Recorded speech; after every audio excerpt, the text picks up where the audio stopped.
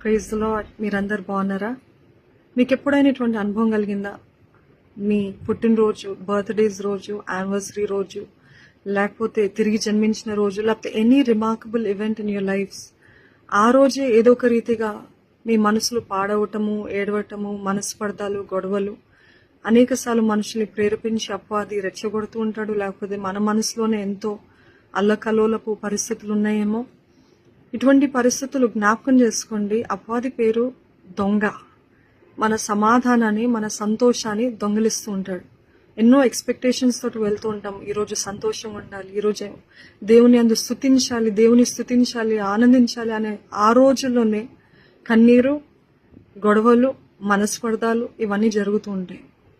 కాబట్టి ఈసారి నుండి మీ బర్త్డేస్ కానీ, మీ యానివర్సరీస్ కానీ, any special event in a year మీరు గుర్తిస్తున్నట్లయితే దానికి ముందు ఒక 2 days ఆర్ 1 day దేవునితోటి సమయం గడపండి. ఫుల్గా దేవునితోటి సమయం గడపండి, ఆయనతో మాట్లాడండి, ఆయన దగ్గర నుండి వాగ్దానాలు పొందుకోండి. ఎక్స్పెక్టేషన్స్ కాదండి, ఇది చేస్తారా, అది చేస్తారా, నన్ను స్పెషల్గా ట్రీట్ చేస్తారా. Remember, you're already special in God's sight. దేవుడికి ఎంతో ప్రియమైన వారు.